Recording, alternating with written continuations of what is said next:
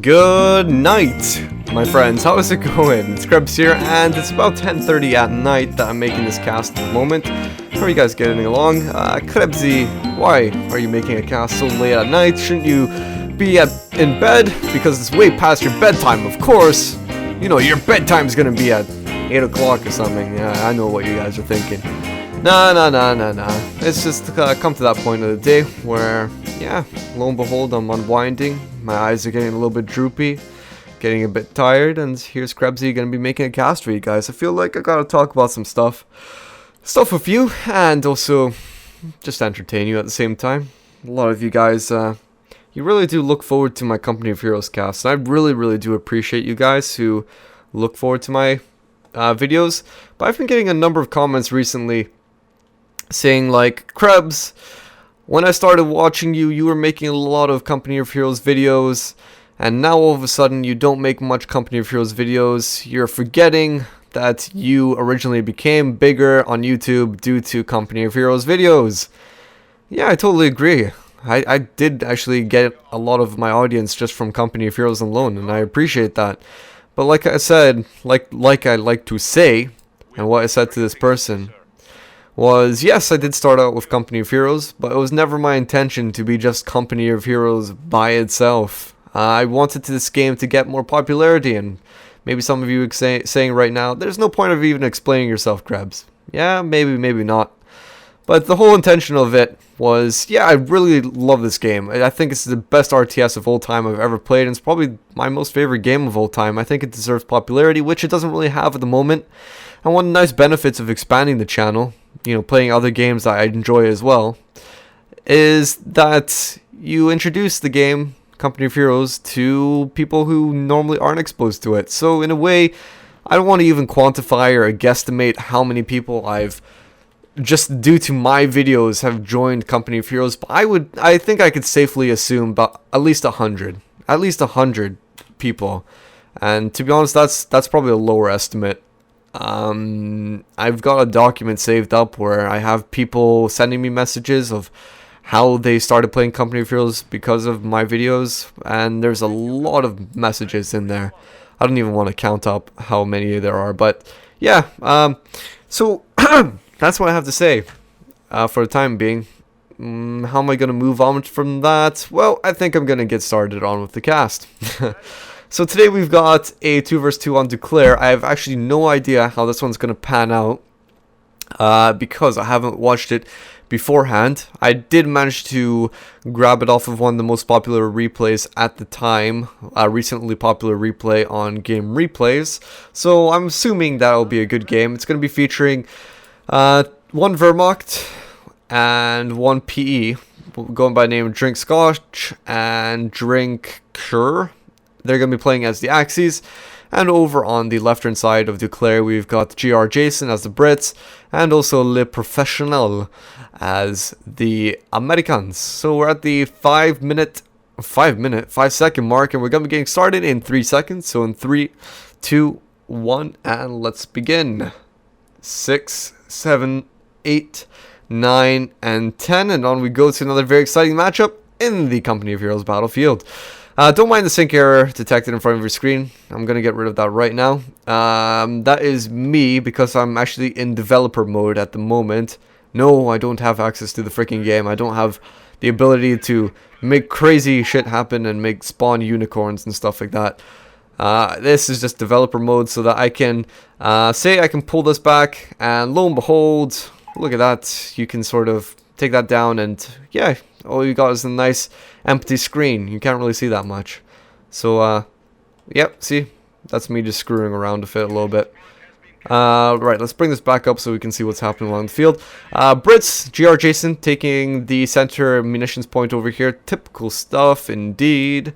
And I hope this is going to be an exciting match. It's sort of looking like it's going to be panning out to be something a little bit standard this time around.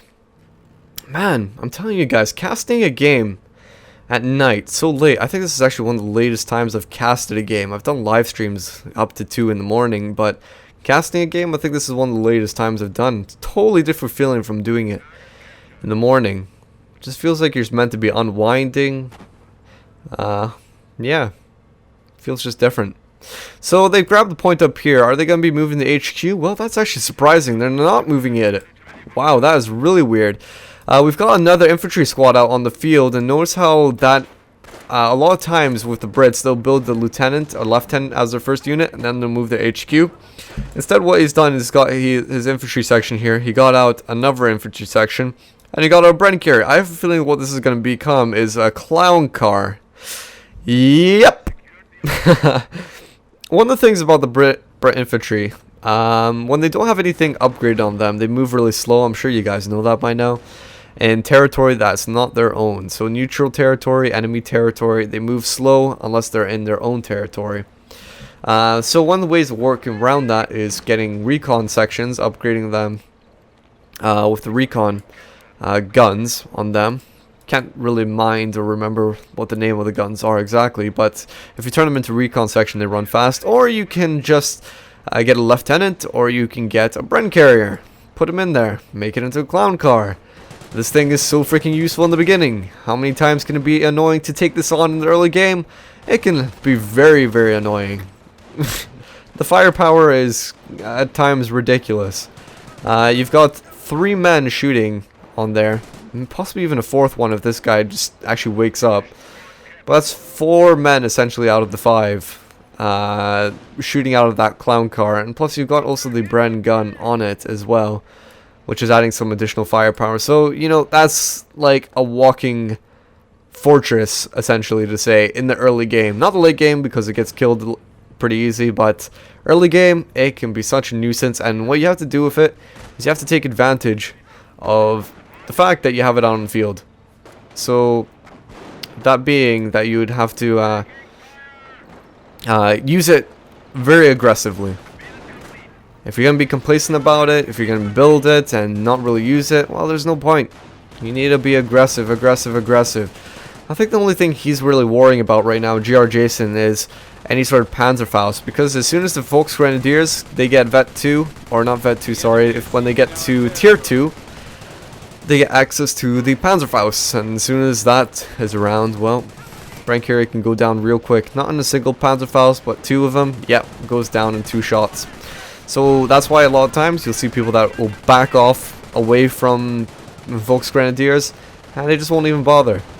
So we've got a bunch of skirmishing going down here. We've got a flank coming in from the side. You can see that the Brits are over here just coming around the MG42. Same with the American infantry squads. We've got the PGs on defense, and MG resetting itself up to try to support these infantry sections on the front line against the enclosing Americans. But lucky for them, their defense was strong enough and versatile enough to move around and be effective in actually stopping these guys. So the Americans on full retreat at the moment. We've got an MG nest coming down right over here, the Vickers.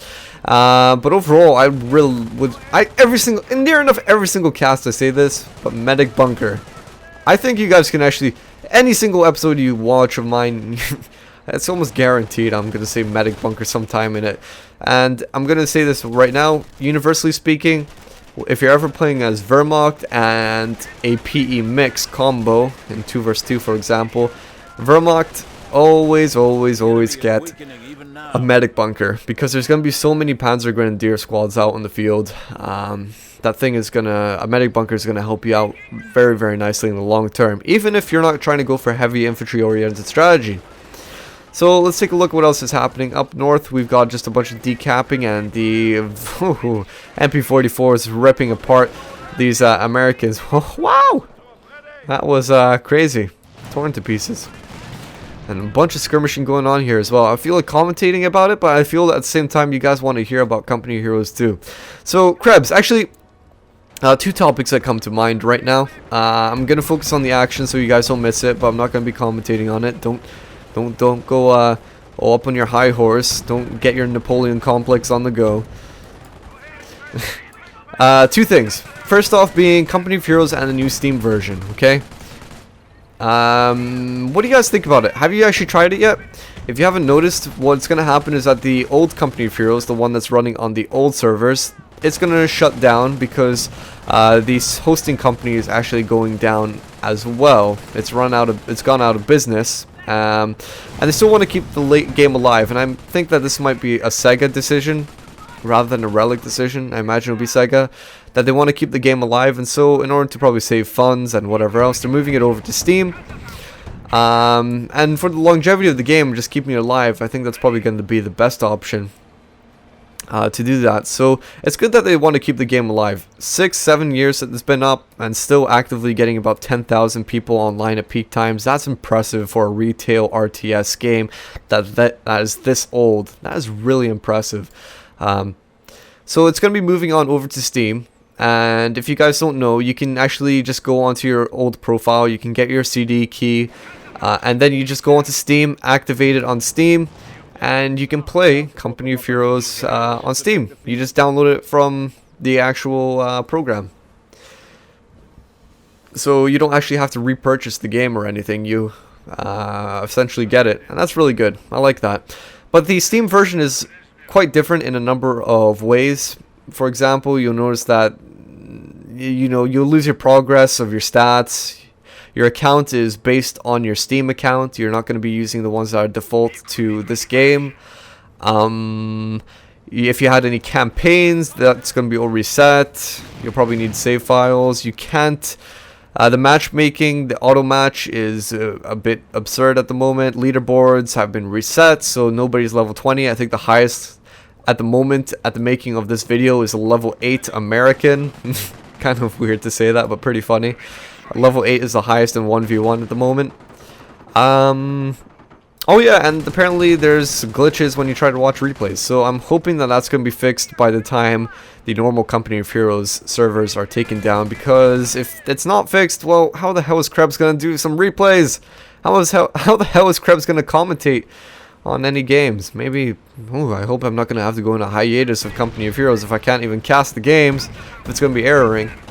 But hopefully that'll be alright.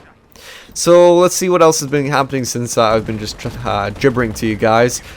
We've got the Brits just holstered up in the middle. We've got armored cars, most importantly, out for the PE, so the allies will have to try to respond to this accordingly. One of the most useful things about these Bren guns is that they can they can pin down, but I'm contemplating this to myself because I know you can upgrade. Can you still button vehicles when you've upgraded your Bren carrier? I can't remember. I'm sorry guys, I can't remember. Either it's when you're not upgraded or when you're upgraded you can still button them. I'm not sure, I can't remember, but I know that you can button with the Bren carrier. And that could be an interesting sort of tactic. It's kind of an underdog tactic where you can use that buttoning effect on the Bren and actually button, say, an armored car, get a Piet squad up nearby. Boom, gone. Sometimes you don't even need a Piet squad. Sometimes it can just be a normal squad. Some infantry sections because they're armored cars. It's not a freaking tank. This is an armored vehicle. And so you can still damage it quite nicely with just normal bullet fire. So Axie's just holding down the line. We've got the M8 armored car just out from the Americans, you can see here. They've gone for a motor pool and now they're back teching to a weapon support center. He's just climbing on into the Brits base. Yeah, you made space for me, so I'm just going to keep it up there. AT gun out on the field as well, so all stuff to try to counter the armored cars. I'm just kind of surprised that the armored cars didn't try to do a bit more. Well, let's see how many kills they have. 2 and 4. I'm just thinking, like, maybe they could have done a bit more, because didn't you guys sort of notice that there was a window of opportunity where there's like no M8s or AT guns or anything like that to actually directly counter them? I think they could have harassed like mad, like killed more infantry. Is what I'm trying to say.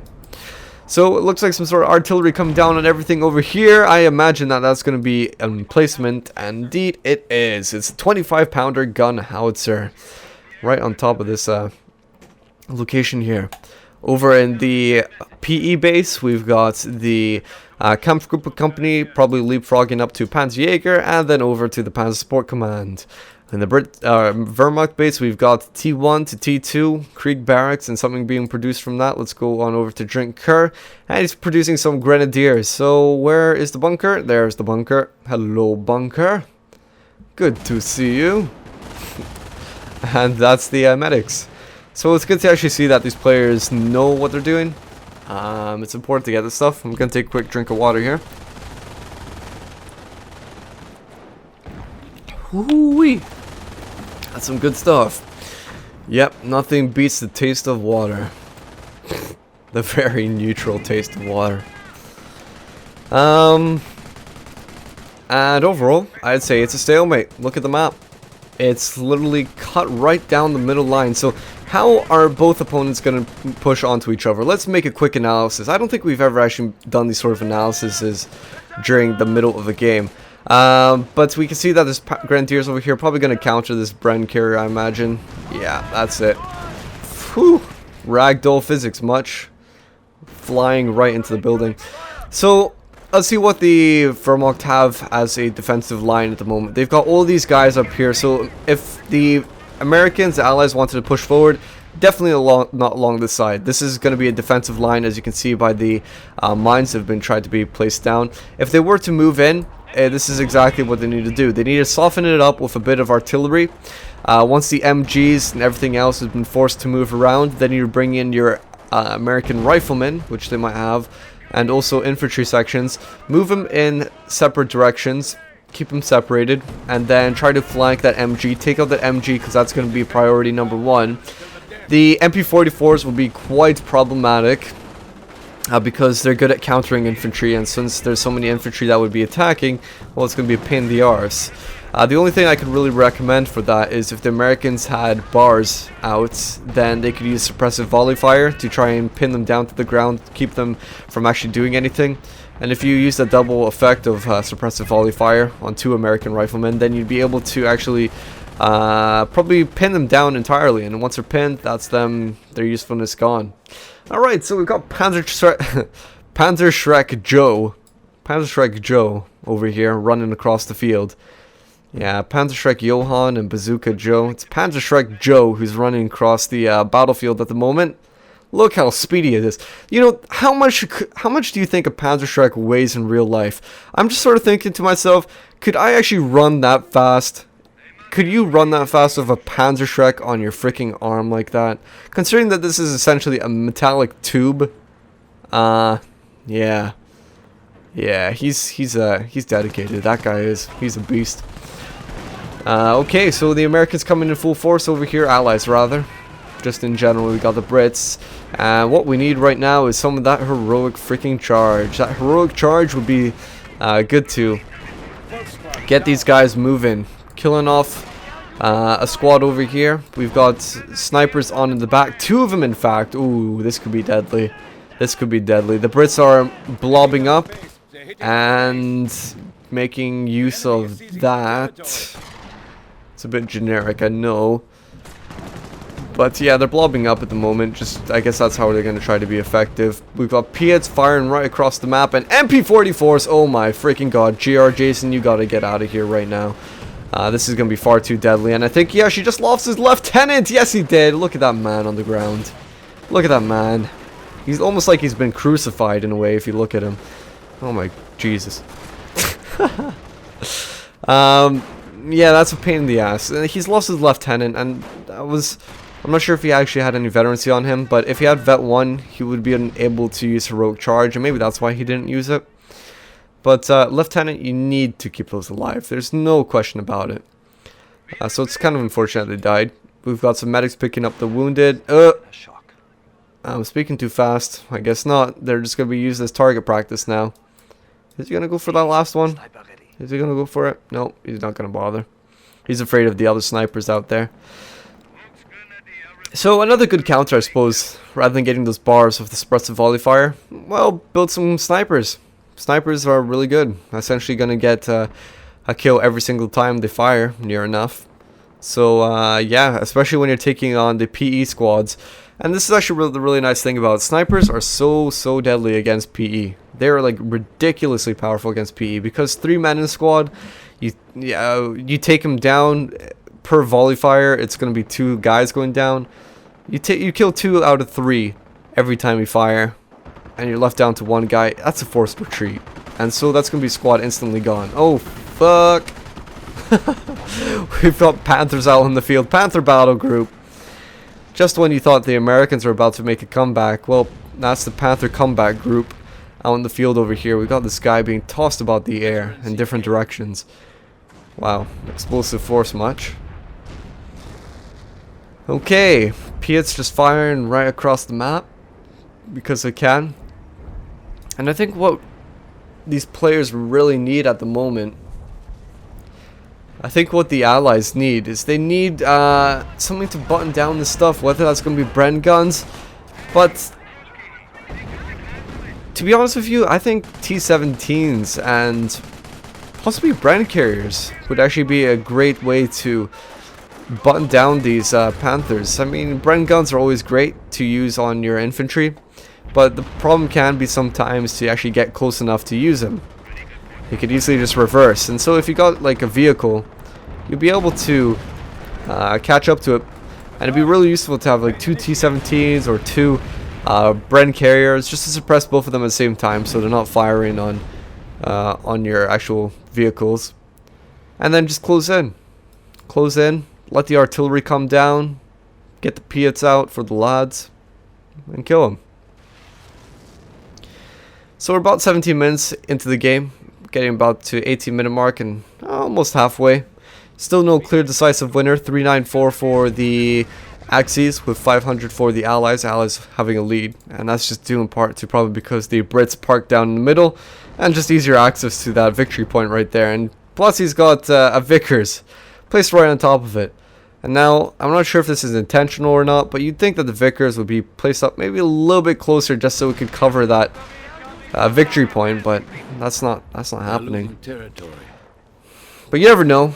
Remember in the last cast there was that one range glitch, and the MG nest was actually firing longer than it actually looked like it was possibly able to do. Yeah, it might have been a range glitch. So 2 snipers out for the Wehrmacht. They're not even bothering to fire. They're waiting for the snipers. That's priority number 1. Oh, look at that. As soon as one fires, they're like, okay, yeah, we know what to do. But then again, they were just revealed there. Just taking out some infantry section, they were revealed. So the Allies know that the Axis now have double snipers out on the field. Okay, so armored cars coming in to rescue the day a little bit. 2 M18s, and oh my gosh, we've got artillery coming down somewhere here. Where is this madness? I can't even freaking find it. Down here, there we go. I think they're just bombarding this area because they don't want the Axis to be able to push out into them. Yeah. Because the thing is, the Axis need this point if they're going to be able to start capping the rest of the points along the sequential order here. So yeah, fair enough, it's a manpower point, but still important strategic cutoff point. Oh no, ah man, I was going to say nice, that's T-17s, that is actually a stag hound right there. Oh man, T-17s right now in my opinion would be so good to have to counter all this vehicles, because that's what you got to start being worried about. It's not the Wehrmacht you got to be worried about, it's a freaking PE. Look at this, what they got. They got lots of anti-infantry capabilities with the armored cars, plus the MP44s. But also now they have good effectiveness against tanks, and that's just because of their Panther combat group. Yeah. So it's just like everything that you gotta be worried of. Alright, it's getting M8. Panthers coming in from the side, looks like here. Ah, they're not gonna be coming down. And instead, that Greyhound still managed to be finished off. Surprisingly, you would have thought that he would have gotten cover to protect himself, but oh well. Oh wow. Sniper being killed on the retreat by the Hellcats over here, the M18s. Oh dear. They're taking quite a bit of damage though, unfortunately landing on the mine. One of them with damaged engine. Other one over here. Could this be Allied War Machine? Yes, it is.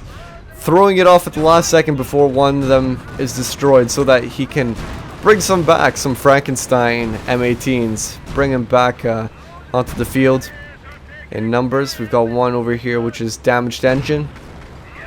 So he's essentially getting back a free M18, and this is, I guess, this is good. I like what the Allies are doing. They know they need to take care of the Panthers, and they need a show of force. It's not going to be enough to just have infantry alone unless you get lucky.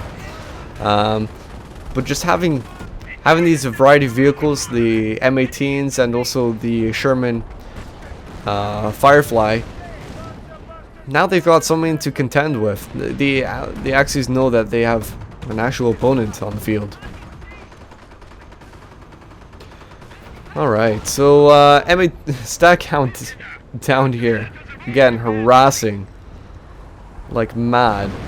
Artillery, kaboom! Oh my gosh, that killed a number of guys. And I have a feeling that that might be the Hummel. I'm gonna check that in a second. I want to see what kind of casualties will come out of this. But look at that massive damage. It looks like massive damage, doesn't it? Free squad about to come out here. Calliope out. And that is the Hummel. Nice. I actually think Scorched Earth is one of the most useful abilities you can go for, or doctrines you can go for as the PE in a team game, because everything that it gets is just reeks of support. It just reeks of support. You can booby trap buildings, points. That's a supportive role. You can get a Hummel, which a lot of times is very helpful, since Axes don't have really a dedicated artillery piece. Apart from like the Nebelwerfers and Stukas, they don't really get one from doctrines, apart from this Hummel over here. So that's really useful. Another really useful thing about the Scorched Earth doctrine is Scorched Earth. Sometimes you'll be running low on VPs and you need that extra time to do something. And so that's why going for that can be quite useful. Oh my god, what the heck was that? Oh my god, where was it? Where was it? No, please, I wanted to see that. Oh man, I need to find that one. I need to find that one and show you guys. I'm gonna have to go through this replay again to find it. So mental note, 23 minutes into the game, I'm gonna have to find that. If it's not important, I won't show it, but I need to find that one. Methinks, guys. It didn't really look that important because it didn't seem to hit anything there. Oh well. Okay, so some vehicles going down. Well, it just looks like not the really important ones. Panthers are the most important, if anything. Panthers are definitely most important. Oh, yeah. I see a 17 pounder there doing massive damage. Big range. Look at that. Extending all the way out there. That's what he needs. And now we've got all these M18s. What are they doing? What are they doing? I think I know what they're doing. They're going to be coming for the Panthers. Here we go. Can they make something out of it? Are we going to see another Allied war machine? Yes, we do! Yes, indeed we do. And I think that was near enough instantly used because, yeah, two of them just were instantly used there. And Allied war machine only replaces 2 vehicles that are destroyed in battle. Oh my gosh. I like how it actually sped it up as soon as it crashed into a mine. Calliope's coming down right on top of everything. Look at that massacre. Look at all the body parts. Wow. Axes definitely feel like they're on the back foot, if you ask me. Allies took a big beating there, losing a lot of their vehicles, as is expected, because their vehicles are generally quite weak. But they've got more vehicles out in the field. 3 M18s. Man, if the Allies could just push in right now, like right now, they have such a good opportunity to just attack forward.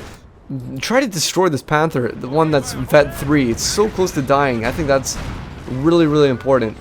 Oh man, but I think they're going to be playing conservatively for right now. I think they sort of know that they have an edge and they're just unaware of what might be in the base, so they're not going to risk it for a biscuit. They're just going to play it conservatively. Be careful. Man, what a big push that was. What a big push for the Allies. Totally decimating with the Axes. Just totally pushed them off. Look at that. The Axes complete retreat. Bunker gone. Wrecks gone. Infantry killed. Vehicles killed. Yeah, it's crazy when you think about it. That was a really good push for the Allies. Especially impressive because it's a push in the late game. A lot of times Axes or Allies will have trouble pushing in the late game due to the fact that Axes are usually more superior in the late game. They get vehicles such as the Panther and the Panther Battle Group, which can be kind of hard to take on for the Allies in the late game. So it's nice to see actually that they managed to make a push and now they're moving on forward. I'd like to see this place get solidified, if anything. you know, another 17-pounder to protect against the Panthers. That'd be nice. Sniper out on the field. All these guys over here. Can the Axis make a push? Can they gain back some of their territory? Because if you see it now, it's this big I don't even know how to describe it. Big wedge right into the Axis territory. Yeah, Stag Hound gonna be going down. M18's just on defense right now. That's a Calliope coming down. Most likely, I'm not sure if he was aiming for all the stuff. Whoa! Another major! Oh my gosh, that was so close to killing a lot of stuff. AT gun going down. A number of men being killed. The sniper almost being finished off. Damn, these Calliopes are so useful, but oh my gosh, please don't tell me this is 3 Panthers. 3 Panthers. Can the allies even be able to take this on right now? 4 Panthers out in the field. Oh my gosh.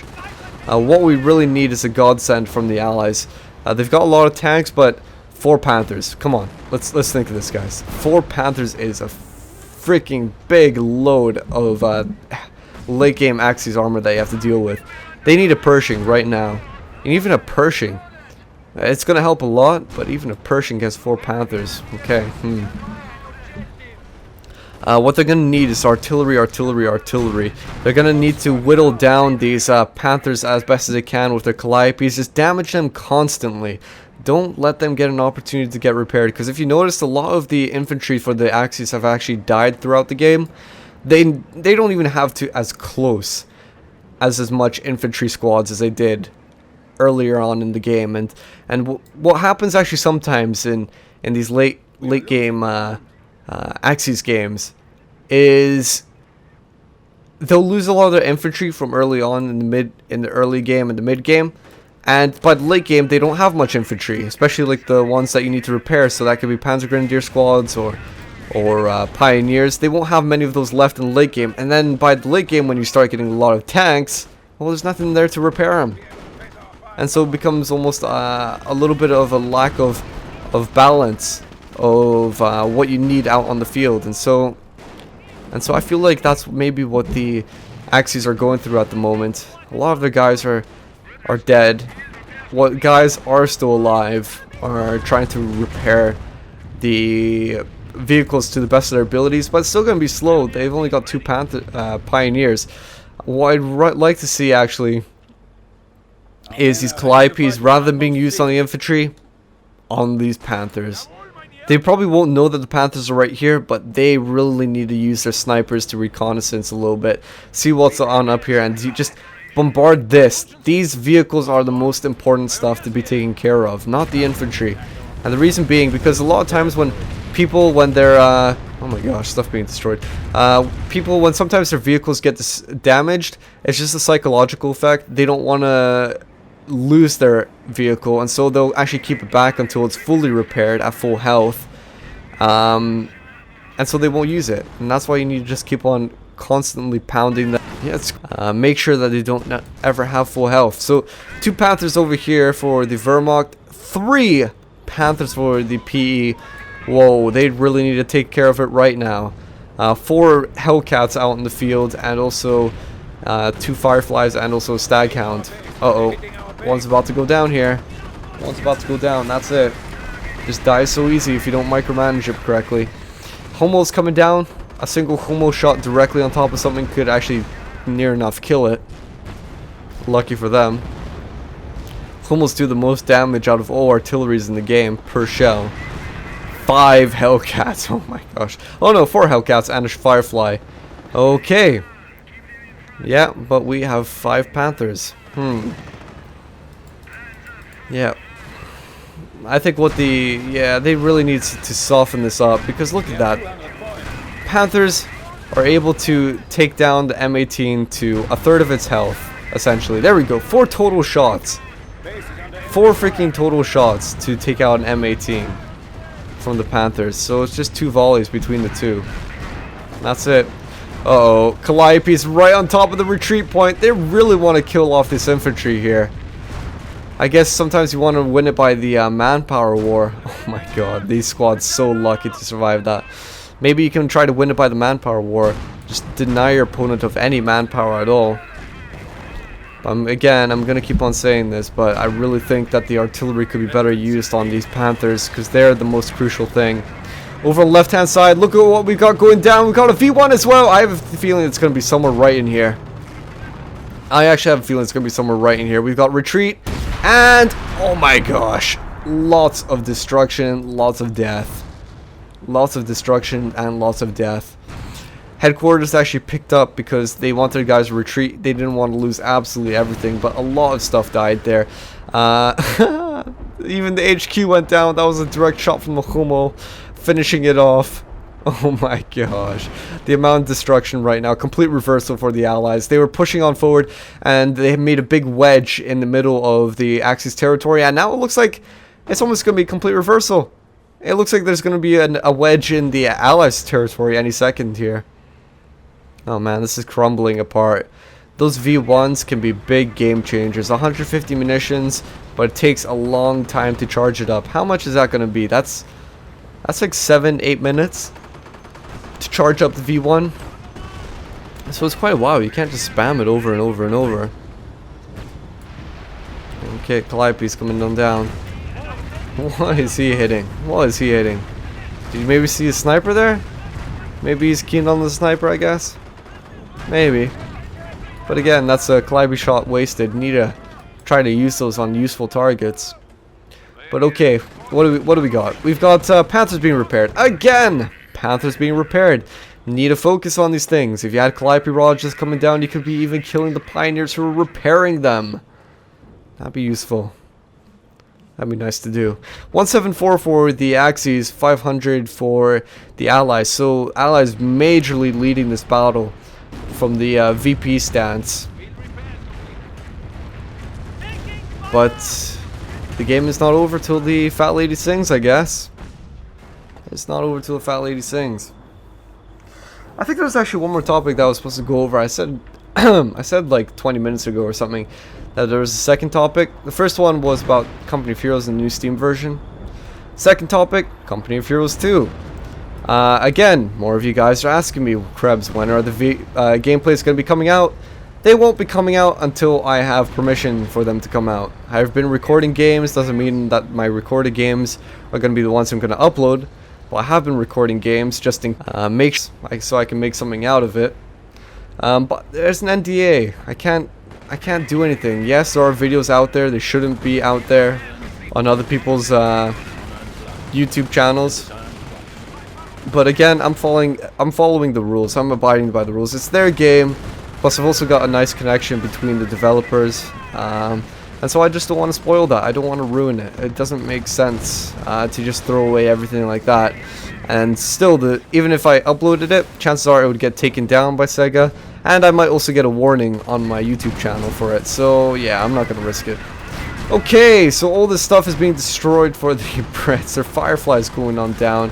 A 17-pounder trying to be built at the moment, but I don't think it's going to be built on time here. No, that's it.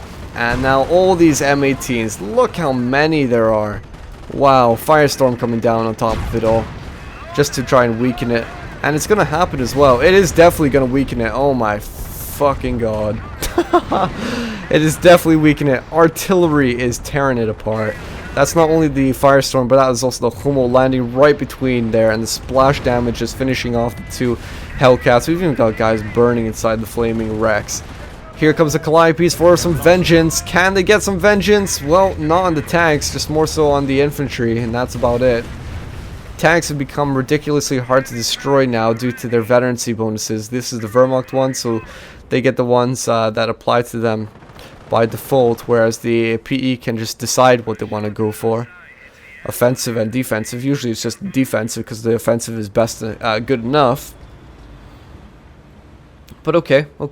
So where are the Brits relocating to now? Where are they going to be putting down their HQ? Well, when their HQ is dead, they actually can't get any more high income resources anymore until a new one is called out. Field support truck over here. Can't really see the other one. There we go. That's GRjason right there. Can't see how much resources he's got flowing in at the moment. Maybe that's just due to my developer mode stuff. Changing stuff around. Clicking some hotkeys. So it doesn't have I'm not sure how much income they'll have right now. But another Firefly coming out, and it kind of seems just futile to me, because look at this. Despite there not being any major battle for like the last minute or two, the allies are still recovering, and I think that's probably a good indicator of just what your stance is for your opponent. Either they're playing a campish game and they're being very conservative of their units, or they just don't have much to offer. Yep. So all this stuff being taken out. Look at that. M18 going down. These things, just paper armor. You really need to use these to their advantage. One of the big points about it is you can camouflage, and when you can camouflage, you do extra penetration. At least I think that's what I remember.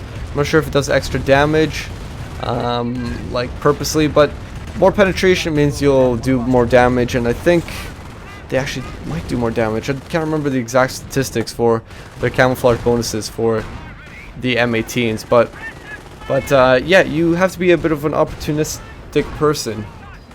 Camouflage, wait for the opponent to come closer, and then boom, fire. When they can't escape, you kill their stuff. I think the allies want to come in for a VP win. It kind of boils down to that a lot of times, doesn't it? In order to win a game, we need a VP win. Because it's going to be too hard. They have too many Panthers. It's a valid strategy. I mean, VP win. If they could do it, then why not? But it's going to be kind of hard to pull off now when you got Panthers just on the doorstep of these points. And you've also got infantry hanging around the other points. Yeah, slowly, you can just see this. But the allies are getting enclosed from all sides. They're being compressed into smaller locations. Look at that. And everything is much farther than it once used to be. Everything used to be up over here in the middle point, and now it's all on the back foot.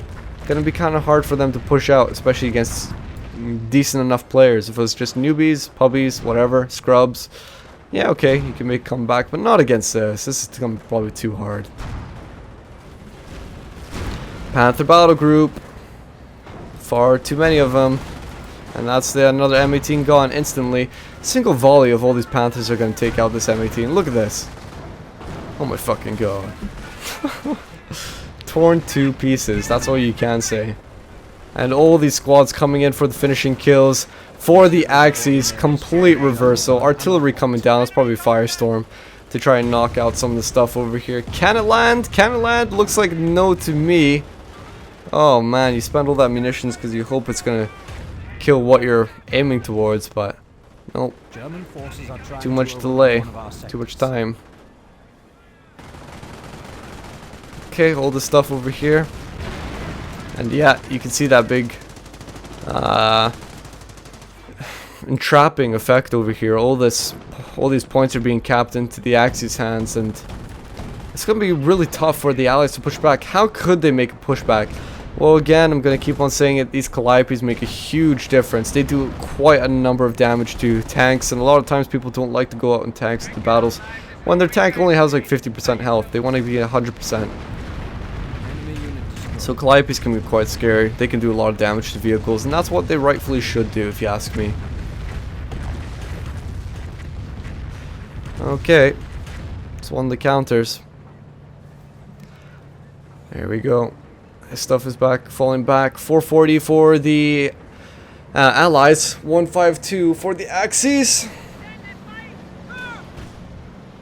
Oh dear. Yeah, that's sealed the deal. That's sealed the deal. As soon as you see this massive tank rolling on the field, yeah, you can pretty much call that GG. You can pretty much actually call that GG. All the stuff being killed. Surprisingly, the Axis is making a comeback. Wow. I guess all you need is the right conditions. You need to have your artillery ready, not only your Firestorms, but your V1s. And then make a big push. It's whoever can soften up the lines the quickest. and before the other person. So 41 minutes, 30 seconds. Game's getting really close to end here, and you can feel it. You can feel exactly what's going to happen. You pretty much know why it's going to happen. What's the outcome? Yeah. King Tiger just penetrating it from the front because he can. And that's a show of force right here. All of this stuff.